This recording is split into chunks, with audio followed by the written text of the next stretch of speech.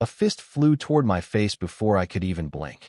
The impact was brutal, knuckles slamming into my jaw like a sledgehammer hitting pavement. Pain exploded through my skull, and I staggered backward, my VY sound swimming for a split second. The guy who'd just hit me, my new next-door neighbor, stood there, chest heaving, fists still balled up, ready for round two. He had no clue who I was, no idea that the guy he'd just punched was a cop. I clenched my jaw, feeling the sharp sting of the blow, but I didn't move. Every instinct in me screamed to react, but I held back. I knew something he didn't.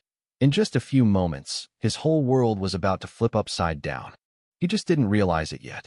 It all started 3 days earlier when I moved into Pinewood Grove, a picture-perfect suburban neighborhood with white picket fences, manicured lawns, and an HOA that treated its bylaws like sacred scripture. My name's Ethan Carter, and after years of city life, I'd finally decided I wanted some calm, a decent house with a backyard, a spot to unwind when I wasn't on duty. I should have known tranquility wouldn't come cheap. On my first day, I was hauling boxes out of my truck when I heard tires squeal.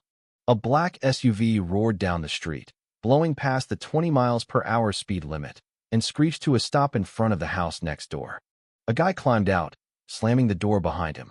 He was tall, built like he lived at the gym, and wore a scowl that looked permanent. I gave him a friendly nod. "Hey, I'm Ethan. Just moved in." He didn't nod back.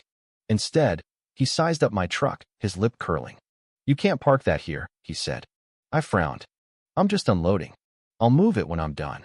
He folded his arms. "HOA rules. No commercial-looking vehicles overnight. That thing's a work truck." I glanced at my pickup, a standard Dodge Ram, nothing fancy. "It's not a work truck. It's just my truck." "Doesn't matter," he snapped. "HOA says it's gotta go, it's gotta go." I exhaled, forcing a smile. "I'll move it soon." He didn't look happy, but he grunted and stalked off into his house. I shook my head, already wondering if I'd made a mistake moving here. Still, I wasn't about to let one jerk ruin it. Over the next couple of days, I started settling in. I met a few neighbors, some were nice, others kept their distance, but one thing stood out. Everyone tiptoed around the guy next door. His name was Ryan Mitchell, and word was he was the neighborhood's unofficial HOA enforcer. He made sure everyone towed the line or else. I tried to steer clear of him, but he wouldn't let me. One morning, I woke up to a neon yellow violation notice plastered on my door. I peeled it off and read it. My trash cans weren't properly concealed behind a fence. I sighed, moved them, and let it go. But it didn't stop. The next day, another notice showed up, this time about my lawn. "You need to cut it to HOA standards," Ryan told me later that evening when I saw him outside. I glanced at my perfectly decent grass. "It's already short." "Not short enough," he said with a smirk. I gritted my teeth, but stayed cool. I'd dealt with worse tempers in my years as a cop. This guy wasn't worth losing my temper over. Then came the night it all boiled over. I was getting home late from a shift, still in plain clothes, but with my badge tucked in my pocket. As I pulled into my driveway, I saw Ryan standing there, arms crossed, waiting. I stepped out of my truck. "Something wrong. You left your trash cans out again," he said, his tone icy. I sighed. "They were still on the curb when I left this morning. Trash pickup was late." "Rules are rules," he shot back.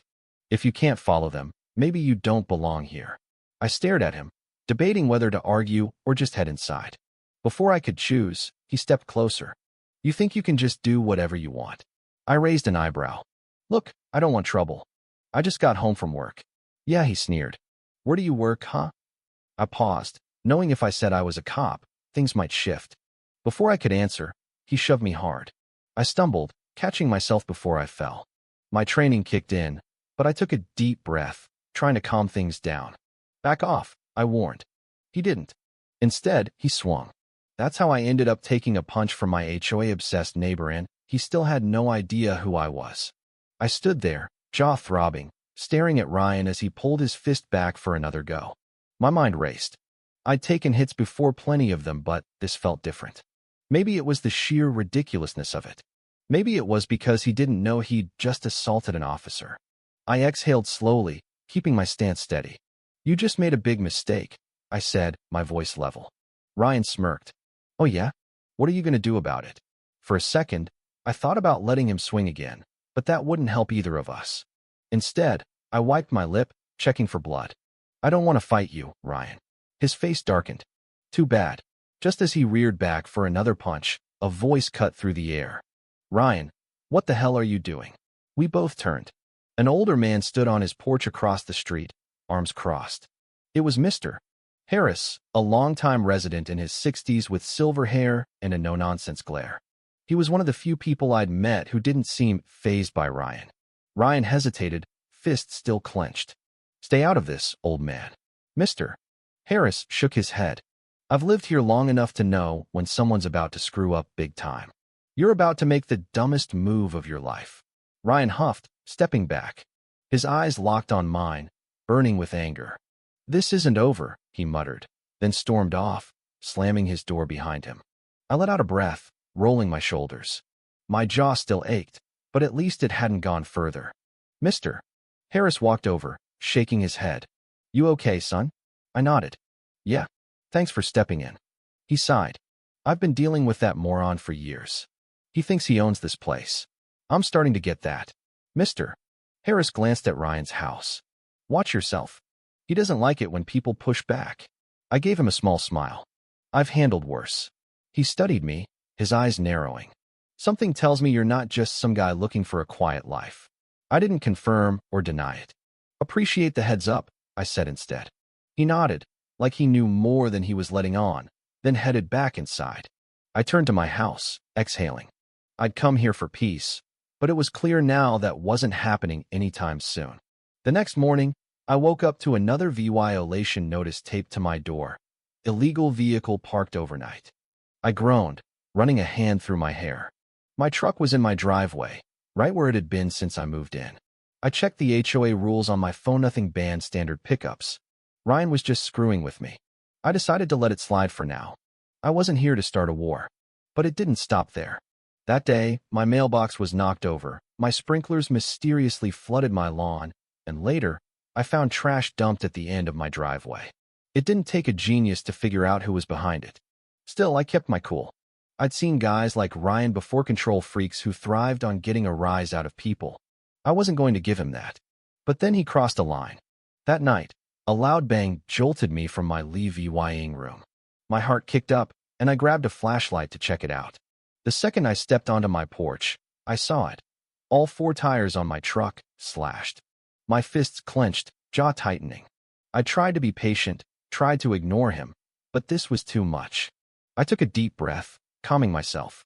I had 2 options, confront Ryan right now or play it smart. I chose the latter. I pulled out my phone and dialed.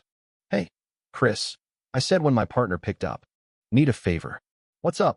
Think you can pull some security footage for me? Chris laughed. Trouble in your fancy new neighborhood already? You have no idea. All right, I'll see what I can do. I hung up, staring at my ruined tires. I'd spent days avoiding a fight, trying to be the bigger guy. But Ryan had no clue he'd just committed a crime against a cop, and he was about to find out. The next morning, my phone buzzed me awake. It was Chris. Tell me you got something. He whistled. Oh, I got something. Traffic cam down the street caught your guy sneaking around your driveway at 2 a.m., slashing tires like some dumb kid pulling a prank. I sat up. Ryan. Yep. Clear as day. Guy's an idiot. I rubbed my jaw, a mix of anger and satisfaction hitting me. I had him. I could press charges right now. But something stopped me. Want me to send a patrol car over? Chris asked. We can book him today. I thought about it.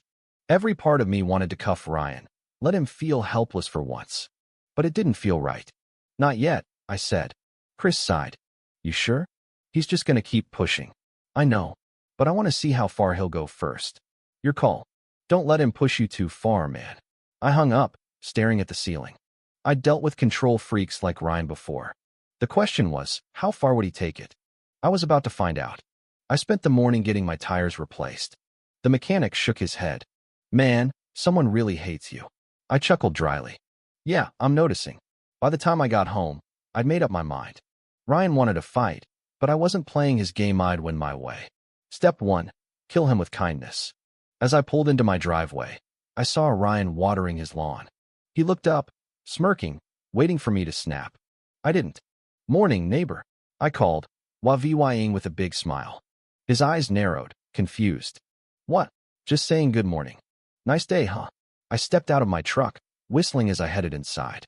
It was small, but I could tell it bugged him. Step 1 done. For the next few days, I became the friendliest guy on the block. Every time I saw Ryan, I smiled. Every glare he threw, I waved. Every attempt to rattle me, I met with cheer. It was driving him nuts. I could see it in his clenched jaw, his tightened fists. He wanted a reaction, but I wouldn't give it. Then he upped the ante. I just finished mowing my lawn when a loud crash came from my backyard. I ran around the house and froze. My new wooden fence, the one I'd just built, was smashed to bits. Ryan stood over it, breathing hard, a sledgehammer in his hands. He grinned. Oops. My pulse pounded. This wasn't petty anymore, this was destruction of property. I took a deep breath, pulled out my phone, and dialed. Ryan smirked. Who you calling? HOA. No, I said calmly. The police. His smirk dropped. The next few moments were about to change everything.